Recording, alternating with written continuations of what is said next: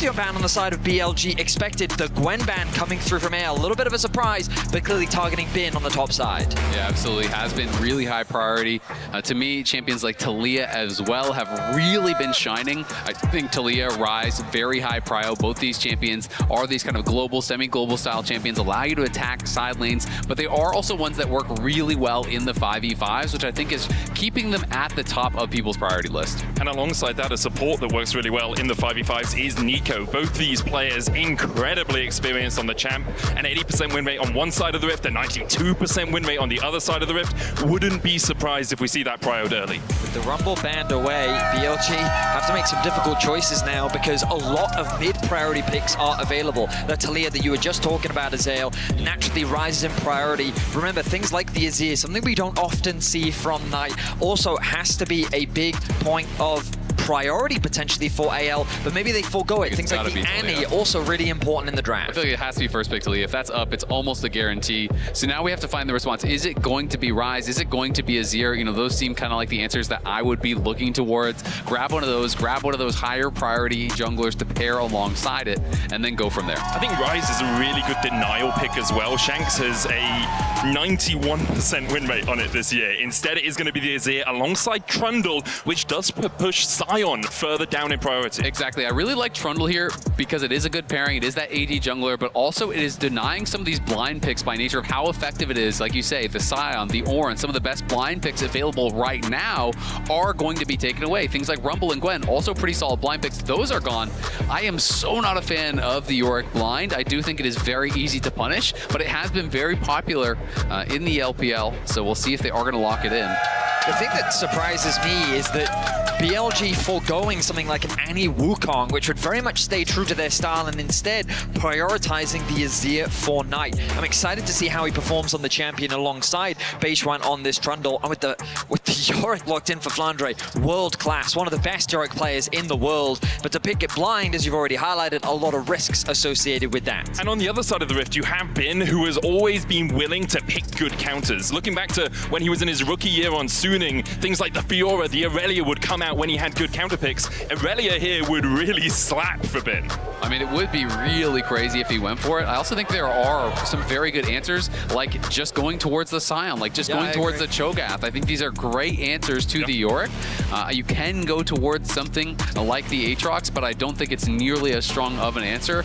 Bin, obviously, on the Jax is ultimate comfort. Hasn't been playing it a ton this year, but I don't think we're going to get it. I think we are just kind of waiting for that later pick. Neeko, you had already touched on, is so high priority, not only because it has the explosive engage, but because it has an incredibly dominant lane phase. You can play for the 2v2. We, of course, do see that it is Jhin locked in for Hope here, but you can get a strong long-range AD pairing here with Elk, play that poke style in the 2v2, and almost always we see the Neeko coming out with early prio. I mean, I will say, these were not what I was expecting in terms of the priorities for the first picks. The fact that we've just foregone the top lane response from BLG, the not looking in the jungle on the side of AL, things like Xin Zhao and Wukong both still available, neither of them going to be banned away. Instead, the support pool is going to be targeted. Rel and Nautilus removed from the pool alongside the Karma increases the value of this Neeko, and now Kyle really going to be tested in what else he has in store to try and match up into the Neeko. If you are looking at a support from the LPL who can match up into difficult matchups, it's Kyle, best support in the league in a lot of people's estimations. I think his MSI has been a little bit more downplayed than he could have been, but the expectation is here in a series that is basically home turf, he should be able to really shine. Absolutely, and he doesn't have, you know, all that experience on the international stage here, but it is, we're waiting for Kyle and Tarzan. We're waiting for those picks here for AL, and they were kind of the shining stars here, I think, on AL in the LPL. This jungle support duo have been absolutely stellar for them. Elk, considering the Corki here, I do think it is a really strong 2v2 if they want to go that way, and I like it quite a lot as an answer here. It's going to be very difficult, I think, for Kyle to grab a support that is going to really give them the advantage, so they may just have to kind of cede the 2v2, play the map, and look elsewhere, because clearly you already have a strong tendency to go towards that Yorick. You want to play towards it, try to prioritize grubs, enable them in that side lane with the Taliyah. And I think all of their picks are probably going to be lending towards that. Bard would make a lot of sense if that's the style that you want to play here. You can really get it on the map, work well with whatever jungle does get locked in here for Tarzan. And I think that Bin is going to have a difficult job up here. curious as to how AL is going to round things out. They could do with a little bit more engage. I mean, yeah, they could just go for the Xin. I mean, Beishwan locking in the Trundle.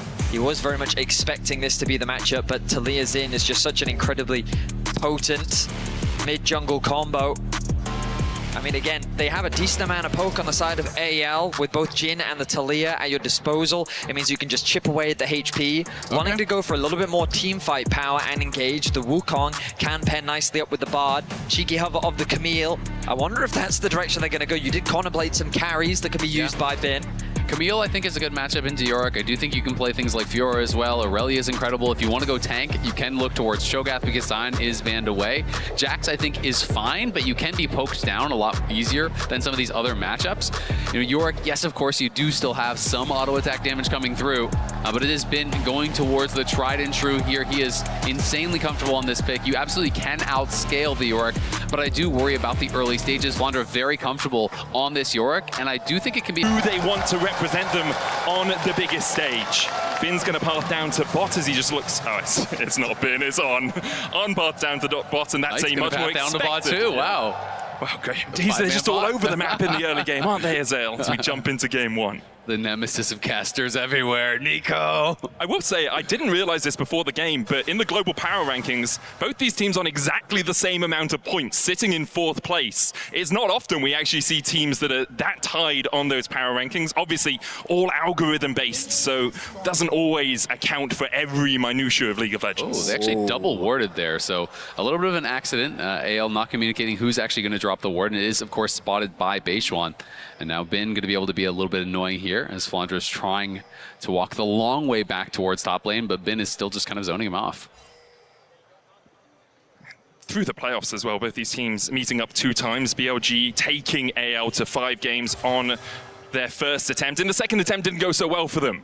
We saw Tarzan cracking out the Z in game 4, managing to pick up the win. I think for BLG, they'll be hoping this isn't the start of a trend. 3-2, 3-1, 3-0.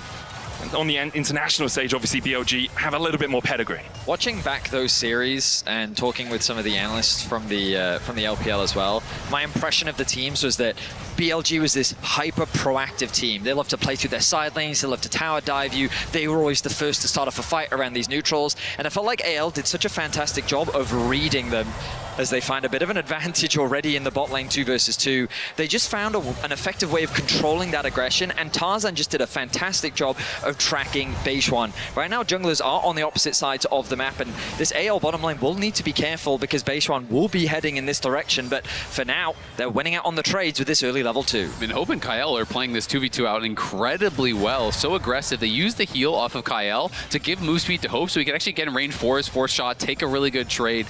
You know, multiple times was able to get the big trade in onto Elk, who has already used his potion. Both potions are gone from On as well. Keep your eyes on Beishwan in the fog of war. He's skipping those bot side camps and he's looking to make his presence known on the bot side already, but Hope and Kyle, they're showing that respect. They saw him.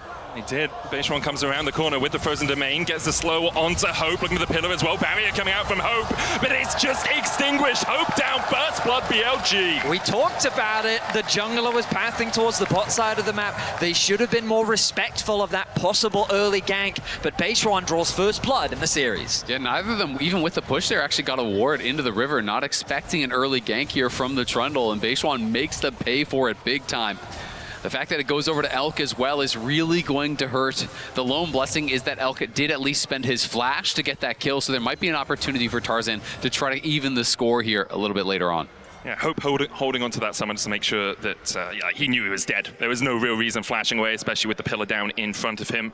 We see Tarzan pathing down towards this bottom side. Has finished his full clear, so really wants to get a double scuttle. Kyle pushing forward, gets a bit of vision for him to allow that net of safety, making sure that he can seal away these 2 camps from Beishwan, who is still on his blue buff because of the earlier gank.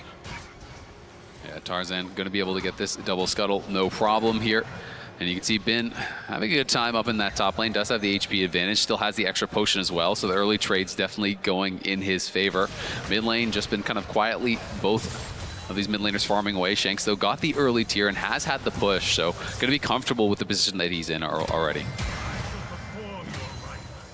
For the moment, Flandre just getting pushed back a bit, but that mid lane matchup is one I want to highlight actually, because Shanks coming into his first international tournament after joining WE Academy all the way back in 2020, debuting with WE in 2021, has come out and quoted himself saying, it is a long road, you have to go through failures if you want to get towards the victories. Knight, on the other hand, has felt like he has only had victories throughout his career.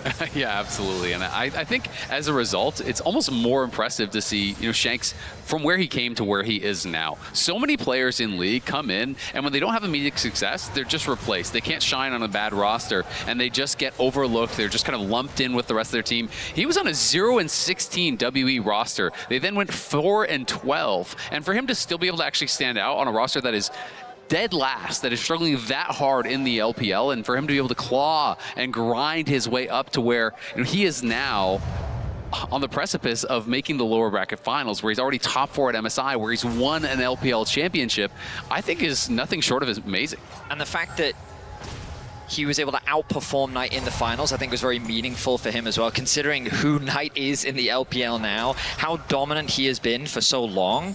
I think is a real testament to the mid lane talent that we continue to see come out of the LPL in recent years. And honestly, I think Shanks has been stellar at MSI. I felt that he actually outperformed Chovy in their best of 5. I feel like he is actually the best performing mid laner at the tournament thus far. So to me, he really has been standing out. And that's not always the case when someone finally gets their big break, when they finally make it to MSI. Sometimes players do struggle under those bright lights. It's a different environment than you're used to, but Shanks has been able to become acclimated right away and hit the ground running. And that's no disrespect to Knight as well, because he's had a phenomenal tournament himself. He's been a large part of why BLG is even in this position, and so many games we've seen him have those standout miracle plays. Even in their loss to T1, his Ahri did so much work to make that game much closer than it should have been. So it's a matchup that we're super excited for. Knight on this is here that we don't typically see him on. One of the champions that people often say he can't play is this Azir. So eyes are on this mid lane matchup. Right now there is a 2-goal difference between the two mid laners. Shanks looking for a play. A good seismic shove will chunk out Knight just a little bit. Kyle here to shadow his mid laner as well, as we see the lane swaps beginning. BLG moving their bot lane up towards the top side of the map. Exactly, and we're not actually seeing Hope match right now. He is heading back out towards bot lane, so it is going to be these non-standard lanes here with Flandre just trying to stay in range of experience, trying to be around as much as he can to pick up some of the CS. And what this often means is we'll see a Drake for Grubs exchange over the next couple of minutes. Grubs up in a minute's time. Dragon has been cleared out here by anyone's legend, and you can see a couple of pings coming down on it as well from BLG, expecting it to be started by their LPL counterparts. Flandre forced down a little bit. I mean, Flandre not able to actually get any of the CS. Look on the other side. The CS gap is actually opening up quite a lot now, as Bin was completely uncontested. He was actually laning 1v0 for quite a long time down there, and just now Hope and Kyle got down, put a little bit of pressure on, but then they're already leaving the lane. So Bin is just having the time of his life, holding the wave by his tower, getting all of this gold, while his counterpart on the other side is not getting anything. And York has to be able to succeed in the side lane to really succeed in the game. What's really interesting right now is AL, rather than just committing to a cross map and saying we'll just take the Drake, they've actually moved their bot lane to mid. They've gotten the push, they've sent Shanks towards the bot lane matchup. He won't have his TP available just yet, but it will be up soon. And it looks like AL is saying we want those grubs. And this is not uncharacteristic of what we saw in the finals, where there was a lot of fighting over those grubs in particular. AL really values them, and they're going to start this objective off. Putting the Maiden down as well just gives you a lot more clear on these grubs. Tarzan jumping through them. It's Beishuang doing the Drake, so the exchange has occurred. It's just gone in the opposite direction to how we expected it, as we will see AL picking up the grubs and BLG getting themselves on the board in terms of dragons. And AL absolutely needed to get the grubs after what they gave up on the bot side. Bin is now so far ahead, 26 CS up, 500 gold is the lead. Plus there is a little bit of experience that Flandre has been able to obviously grab, so he's kept pretty close in that. But Bin really opening up a big advantage and hasn't been under any pressure for these last couple of minutes. Most of the time he's actually still just been laning 1v0, and now finally they're going to move Hope in towards mid lane after the grubs. It is Shanks that's going to be answering the Jax, but he's not going to be able to put any pressure on there either. It's a slower early game, but I don't think either side is particularly upset with how things are panning out. Bin is happily scaling, as Azir was just talking about on the side lane, building up a nice advantage. And Elk also finds himself isolated on the top side of the map, so when I watched back the finals, I felt like AL did a really good job of controlling the aggression from BLG and kind of shutting down a lot of the plays that they wanted to make. But BLG, they're taking this game one calm, collected, and their map movements are clean for the time being. And AL has put a really high priority on grubs throughout the tournament. Nearly 85% of the total grubs they have actually taken throughout this event. So clearly putting an emphasis on that. And I think it makes a lot of sense, especially when you are playing with Yorick. Yeah, with the Yorick, you want to be getting that pressure in the side lanes. You want to be trying to get plates early. Hasn't managed to do that in this game, mostly because he has had to deal with this 2v1 lane, and Bin has been very happily just farming up, as you say, 1v0 or 1v1. Now we see Bin pathing out towards top. Shanks will get the push down in the bottom lane, so it looks like Knight is going to be the one who catches that wave. Not too much experience or gold lost on the map here for BLG. And I think Bin is just going to be so happy with how these early stages have gone for this matchup, because to me, post 6, when you get the Maiden, you really can start playing pretty aggressively in this 1v1 as the Yorick. You can start poking down this Jax, and hasn't had to deal with it whatsoever. And he's nearly at the Triforce, and Beishuan is up here. Dark Possession down. Flandre needs to walk away because Bin's splashing in with the Grandmaster's Might. Subjugate as well. Flandre holding on to his splash till the last moment, doesn't get a chance to use it. BLG 2-0 up. I think Flandre realized that the moment he flashes, that pillar is coming down and he's not getting away anyway, so he just tries to walk it out. Nice gank once again from Beishuan as Kyle looks for a bit of a play in mid, but some beautiful footwork comes through from Elk, and BLG find themselves 2 kills up. And I mean, this kill is actually so much more painful because when you die as the Yorick like that, now you don't have the Maiden for such a long time. So any pressure that you would have had is completely gone. The kill goes to Bin. He free farmed bot lane for so long, and they're nearly going to be able to get a plate. So as soon as he comes back, he'll be able to grab that. He's going to be very close to his Triforce now at this point, and there it is. Already done the Triforce. So Flandre, I already feel like is completely out of the side lane, because by the time he actually completes his first item, Bin is going to be so far ahead. Still 2/3 of the cooldown remaining on that Maiden as well. It's going to be so hard for Flandre to lane in this top lane. Wave pushing out against him makes it even trickier because his jungler is not on this side of the map right now. Tarzan trying to gain control around this bot side river. Dragon's still 2 minutes away though, so expect to see just lanes crashing back and forth for the next couple of minutes. Tarzan has spent the majority of this game just focusing on farming up. He's been doing a good job getting close to his Trinity Force as well. You can see that they've been investing a lot of vision towards this bot side of the map, with control wards aplenty pretty much throughout this bot side, pretty much to put more pressure on Knight specifically. Shanks keeping that bot wave pushed in and moving into this fog of war. I like these little wards that BLG have been able to put down just to keep track in the event that Shanks tries to make any sort of ulti play towards the mid lane. And so BLG are kind of responding well to the control that AL is trying to get here in the early games. We transition into that mid-game phase. Dragon spawning in about 1 minute and 15. And I wouldn't be surprised if BLG just concede it. Instead, look for a cross map. They don't need to force a fight right now. They're quite happy to scale with the lead that they're slowly building up. Yeah, I absolutely agree. I mean, I think if you offer this sort of a game state to BLG, they would be so happy to accept it. The fact that you do have the Azir, you have this Jax, and they are just kind of free scaling here on the other side. We haven't been able to see kind of any playmaking come out from Kyle on the Bard. We haven't seen any ultis come out from Shanks on the Taliyah, even though he has really been the one having the push. So BLG in a great spot here, and I do think it's going to be important that AL are able to be successful in the first team fights when they do actually take them. Wukong is now on Triforce. He is going to be at a really strong point in the game, but they have got to nail their engages when they go for him. Otherwise, I think the game's going to get away from them. I will say, I take triple Triforce over single Triforce in every single fight. Bin, Beishuan, and Elk have already completed that first item. Knight has a Nash's Tooth as well, while Shanks has gone for the Archangels, but that's still 100 stacks away from giving him the shield. So, although BLG could decide to seed the Drake, although they could decide to not fight it, I actually think in terms of raw power right now, they're definitely in the driver's seat. I mean, great minds think alike, Medic. I was on the same wavelength with that one as Flandre goes for a bit of a trade and immediately regrets it. Counter-Strike comes in, there's a TP as well. Kyle trying to come up to join this fight, and Bin begins to retreat.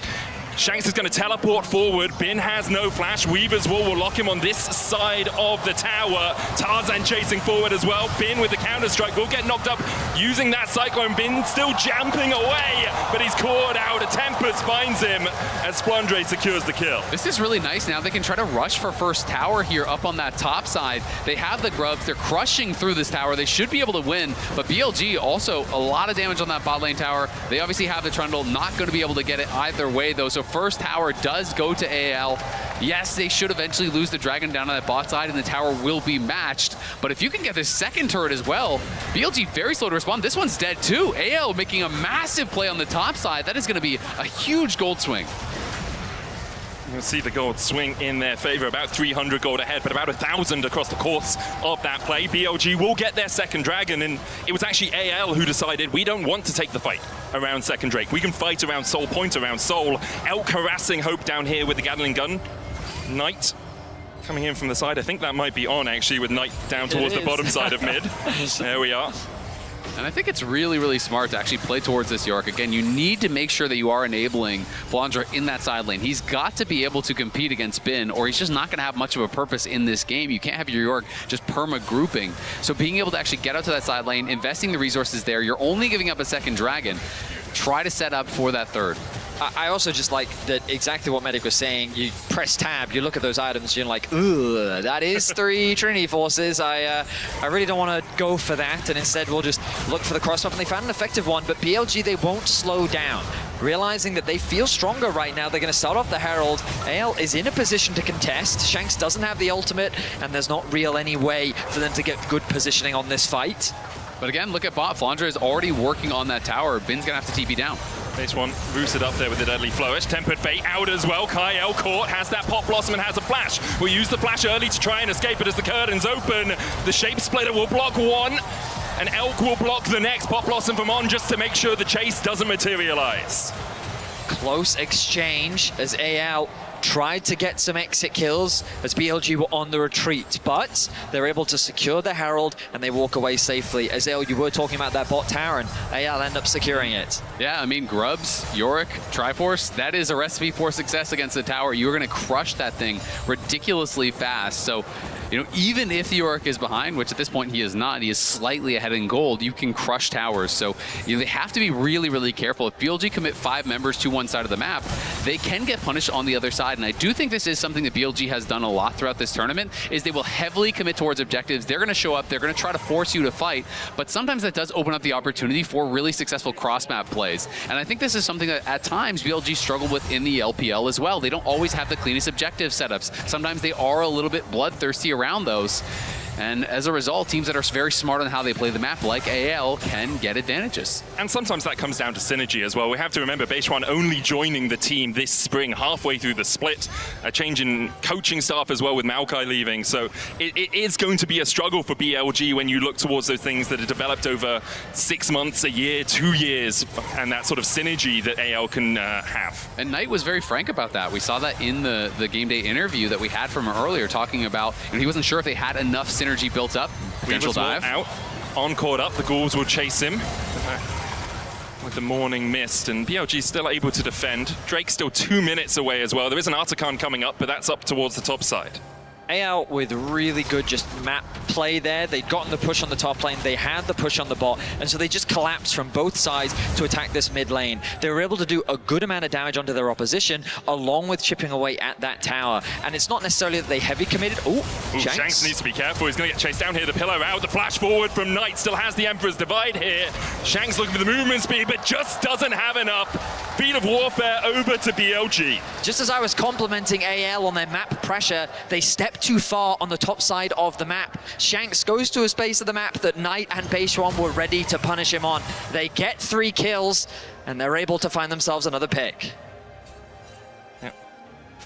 AL now a little bit more on the back foot, 700 gold in the hole. They are still scaling through this game, of course, and it's the first time we've seen Shanks really make a mistake with his positioning. Obviously could have gone the longer way round towards that top lane wave with Beishuan and Knight in the area. They invest the flash, and they take down their enemy mid. Next objective, though, still a minute away, and once again, it's AL with the vision down towards that bottom side. Wards abound for them. I feel like that Bin and Knight are actually setting up a bit of a freeze. Like, I feel like that wave has been sitting there for Bin for quite a while. He's got a 50 CS lead. You can see that developing in the 2 top laners. Same thing for Knight. I mean, he is just kind of catching the waves as they come, realizing that Yorick is here. He's now going to push that one out. But the timing is good. 40 seconds until the Dragon. They don't overpush. They realize that AL don't really have much of a play on the map. And so they're just picking up what farm they can, and they're not overextending. What was entirely blue at the bottom of your screen has now shifted entirely to red, as BLG have amounted a 1.1k gold lead.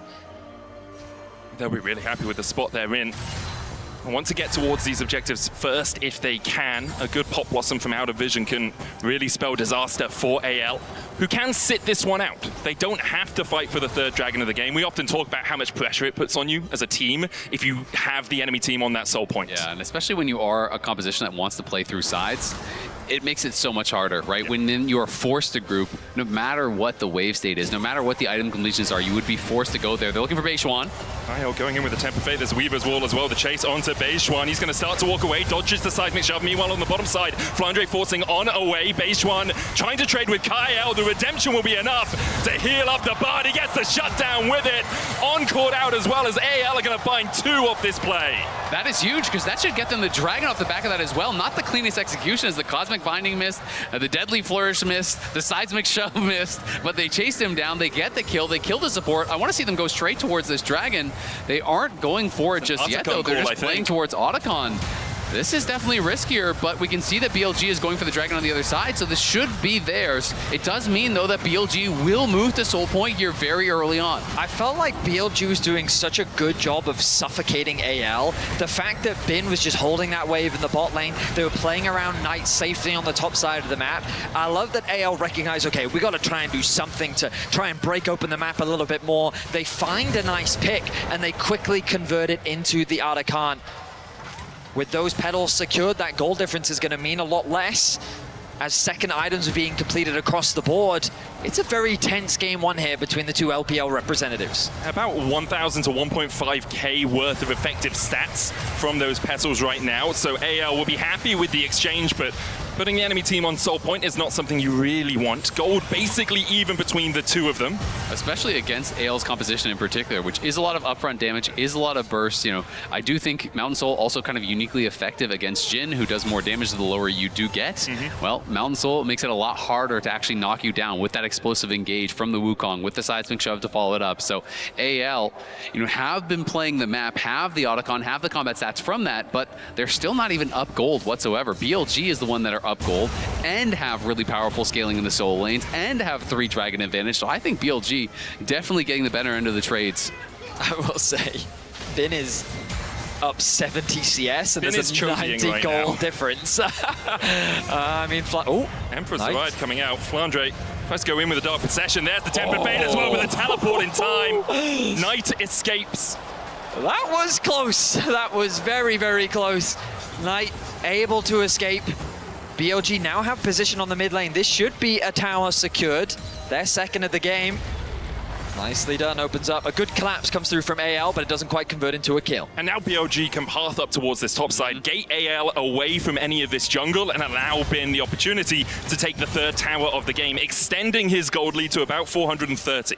And the petals are worth about 1,500 golden stats for AL, so that does mean, you know, as far as combat stats, pretty even here. We can see this one more time. Looking for the engage on a Knight. He immediately goes for the TP out because the cage is used. That's the only way that York can actually interrupt it. It was with the edge of the cage. As soon as that's on cooldown, starts the TP. Bard ult, a split second too late there from Kyle. And that Bard ultimate about a third of the way from coming back off cooldown. Don't expect BLG to be really able to punish that in any way with no major objectives up for the next 2 minutes. But let's have a quick look at where we are in terms of items. 2 items on both the AD carries. Elk 3 stacks away from finish his Mana Mune. Leandries and Seraphs complete for Shanks, whereas Knight has his Nash's, Rylai's, and another Haunting Guys in his inventory. I mean, we're pretty much dead even at 2 items apiece, except for Tarzan, who does not yet have his second item. I do believe by the time we do get this next dragon, though, he's going to have that completed. So it should be pretty much a dead even fight as far as the combat stats are concerned between these two teams, and it feels like this is a game that is going to be decided at this next dragon. If AL are able to deny it, the game goes on. If BLG do take it, it feels like they really get a stranglehold. On paper, my instincts give BLG the advantage in the straight-up 5 versus 5. When I think about Corki plus Azir, the range, the poke, and also just the consistent damage, the backline threat that Bin's going to have onto Hope, the amount of peel that Kale can provide, I think is going to be the biggest difference maker. How is that Bard ultimate used? What does it actually do? Who does it CC up? Can they find a nice Talia combo? Will Tarzan actually make it impossible for Elk to play in the fight? When it comes to watching two LPL teams fight, I mean, that's the beauty of it. They give us some of the best team fighting teams in the world. I mean, I feel like AL basically has to start the fight off by killing Elk or Knight, or they're just not going to win, right? And that is very difficult because I do think the range advantage is also on BLG's side. You know, when you are trying to go forward, you're having to fight through the Trundle, through the Jax, through the Pop Blossom to actually reach these carries that are going to be so powerful. So I do think AL is in a uniquely difficult position, and it's going to mean that Kyle's going to have to get creative, find a really good Bartle, or Tarzan's going to have to come from an unexpected angle. Otherwise, things are going to get very, very tough. Just to note, like, we've been talking a lot about Bin's farm, but he is close to the Flame Horizon. I'm curious as to whether or not he'll be able to get it in this game, as the Dragon spawns in about 50 seconds. Big completion there for Bin. Does now have the Seekers that he just actually purchased. So yes, he's not on that third item, but Seekers is in, another Mask coming through, another Zeal coming through. So the gold lead is at least showing itself in some partial completions there that are pretty impactful. We have really only been talking about Bin and how well he's been CSing in that isolated top lane matchup, but look at Knight, look at Elk, both of them going at well over 10 CS a minute as well, whereas on the other side, Hope is about there, Shanks is 30 CS down, Flandre is 60 CS down. 3 Chovies on one team, apparently, here for BLG, as they've been doing a really good job of being in the right position on the map, making sure they get that farm, denying it from the enemy teams as well. And to me, a lot of it was just about the early lane assignments. I think the AL really kind of mismanaged that. Flandre was completely starved on the top side. Well, Bin spent a couple minutes on bot side just getting every bit of farming experience uncontested. Right now, everyone is gathering in the mid lane because they know how important this Dragon is. It's BLG that get the push. Knight takes a bit of damage down. He will put the turret up in mid, making it harder for BLG to approach through the mid lane. The Dragon started off. Tarzan has found an angle to the bot side. BLG are losing waves to that bot lane tower, but they won't really mind about that right now. Tarzan looking for the flank position. BLG don't have great vision around here. Only on the top side of the river, really, they have eyes, whereas Kyle stepping forward, putting a control ward in. Shanks still looking for the flank. Bin trying to mark anyone that comes around the back of the blue buff. On with a good route. There's the counter-strike follow-up. And Kyle has to pop the heal. Tempered Fate's going to land onto a couple. But the Drake's still very healthy. Seismic shove only onto one, but it's on and he's off. As AL begin to turn the fight in their favor. They're still looking for this Dragon. The curtain's open. This Jhin wants an encore. Cyclone doesn't hold them in range. A counter-strike out by Bin as BLG retreats. Whoa, that was a very tense fight. Both sides fighting for position, but given that BLG actually had position in the river first, AL had to play it slow and rely on their poke. I was worried for Kyle, but we talked about how that Bard ultimate could be a game changer. He connects it, and they find the pick. I mean, this is really nicely done. It does look like Kyle's going to be in a lot of trouble as On caught him, and Bin jumps in, but they can't quite 100 to 0 him. He gets back, and then this ulti right here. Look at the seismic shove. Last time they were not on point. This time it is perfectly timed. They land the Cosmic Binding, even with the flash. Bin is stunned on the other side of the flash. On gets deleted. Now Bin has no way to access the backline without that flash. They get the first kill. They chase them out and take the Dragon. Really well executed there from Kyle and Shanks. The seismic shove, perfect. And catching out On as well, who has the Pop Blossom, who has the Hextech Rocket Belt, who has the flash. That's when you can really funnel forward and try and take the fight, because it is Kyle who will be jumping, it's On who will be jumping on towards that backline. Still, though, for BLG, they're on Soul Point. It's a mountain up in 4 minutes' time. They still have a gold lead of about 1,000, but as we said, the Petals kind of even that out for AL. Third items on their way here for Anyone's Legend, as although the game hasn't had too many kills, it's been incredibly back and forth between these two teams from the LPL. Yeah, we kind of return to a farm state right now. Of course, the Baron, ooh, ultimate used by Kyle, forces the Rocket Belt out from On. But yeah, right now it's mainly just, again, the contest tour position. With so many of the towers gone, AO would love to secure this mid tower, but it's a very difficult siege against Azir and the Corki. So instead, they're going to set off some vision around Baron as they look for a reset. Yeah, and it has been really interesting because clearly Flandre not that confident to actually push in for that 1v1 against Bin. Bin has been able to scale through the early levels, has this big farm advantage. That has kept him in the gold lead despite some of the kills in the towers going the way of the Yorick. So it hasn't really been much about the side lanes. And it is kind of one of these weird situations where if you can't get prio side lanes as the Yorick, you just have to group, you have to fight, you have to find ways to be able to be effective in a difficult situation. One of the things I think AL did quite well in the previous fight was making sure Bin can't find a flank. And historically, whenever I think of Bin on Jax, his flanks have always been one of the most terrifying elements of him on this champion. The way he finds creative ways to gain access onto the backline, creating chaos in the midst of the fight and just ruining that coordination is something that I think AL is respecting and doing their best to play around. But they're going to have to keep doing that because, as we talked about earlier, BLG in the straight up front to back, we still do give them the edge with their composition.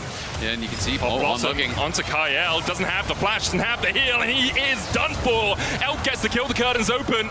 As Hope tries to avenge his fallen support, will land the shots on, but he's tanky enough to survive through them, has that Warden's Mail complete. They got the TP off of Flandra and Knight there, so Bin is going to have TP advantage. Yes, Shanks could potentially match him, but Beishwan getting aggressive here. To dodge away from the deadly flush and avoids the seismic shove. AO still have a bit of vision around this pit, but that's now cleared out by Beishwan. Knight's going to start up the Baron. Anyone's legend. Don't have vision yet, but Tarzan and Hope are on their way. Their prying eyes will spy the fact that BLG have started the Baron. Flandre jumped on by Knight, though. The Emperor's Dubai will knock him back, but meanwhile on the top side of the fight, the Cyclone comes out. Beishwan has to flash out of the back of the pit as Elk tries to put some more damage down. Flandre dead, BLG find another, Kyle's back alive. Yeah, Beishwan barely gets out, had almost no HP. You could hardly see the health bar there, but he does survive. They kill off Flandre.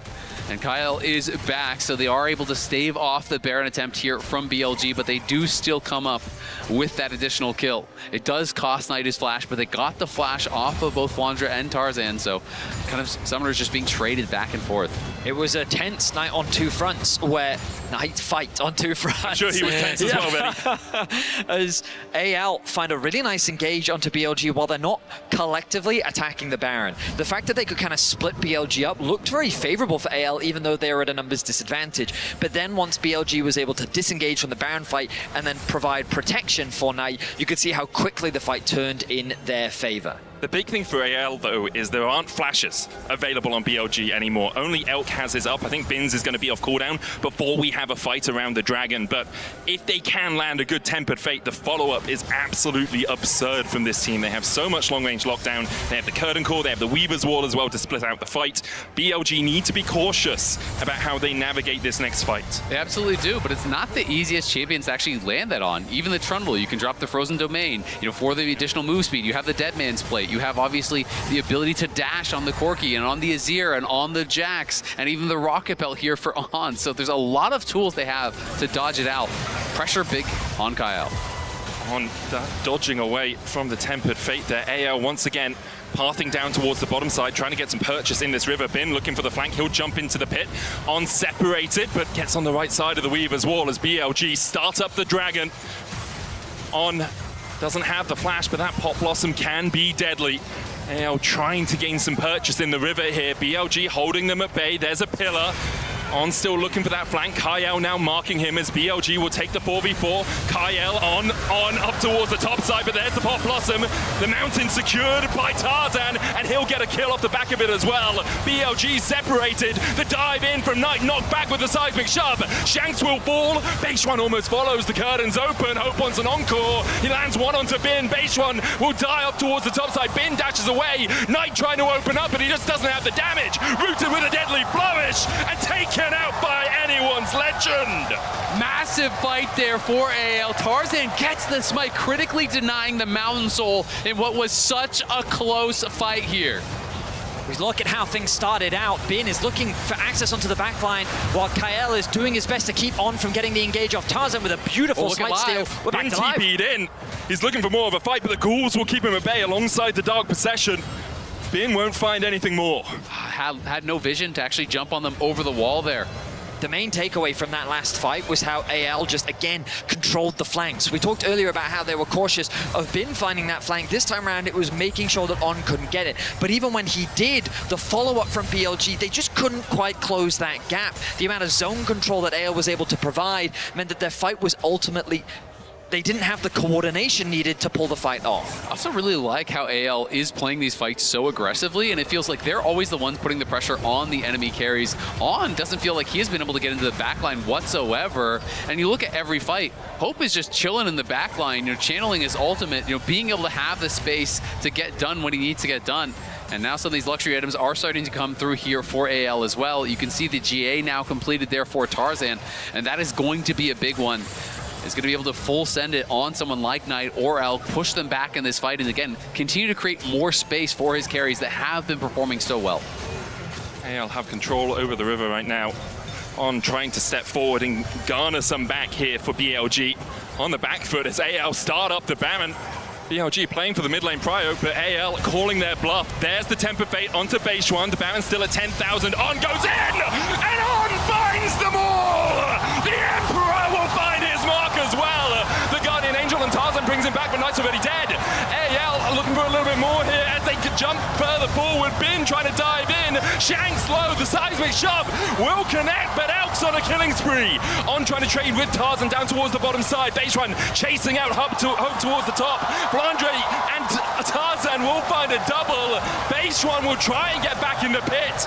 He doesn't have smite right now, but with the Maiden, AL might be able to keep him at bay.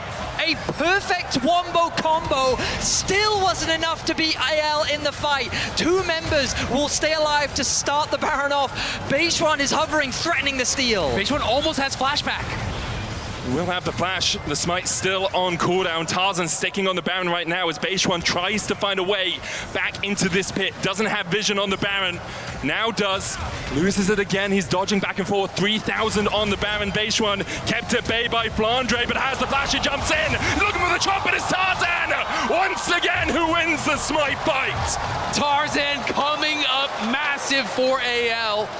And though the engage looks so good from on, the follow-up was way too slow. Most of the carries couldn't really get there. Knight had to commit everything just to get in range for this follow-up. So let's watch this one more time. Look at where Elk is. Look at where the rest of the team is. Look at those three. Yes, the engage looks great, but where's the team? They're behind the wall. They can't get there and get the damage done during the CC. So though it looks beautiful, the follow-up isn't there from Bin. Base One can't get there, Elk can't get there, and AL wins anyway. Another Tempered Fate finds its mark. Elk the target though for AL as they chase him down. On with a Pop Blossom, only finds a single root, and that's two more to anyone's legend.